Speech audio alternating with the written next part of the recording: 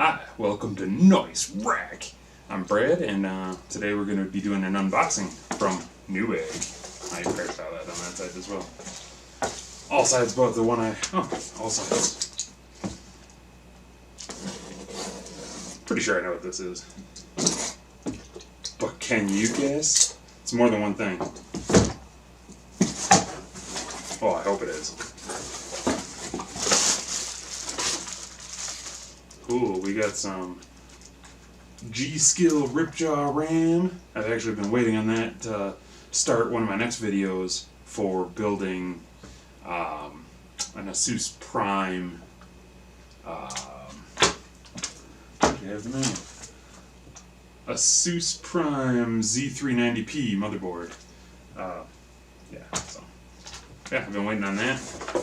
And CPU cooler, I actually think I ordered this a while ago.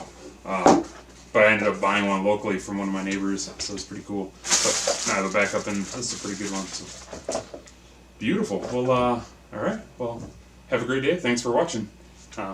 Like and subscribe.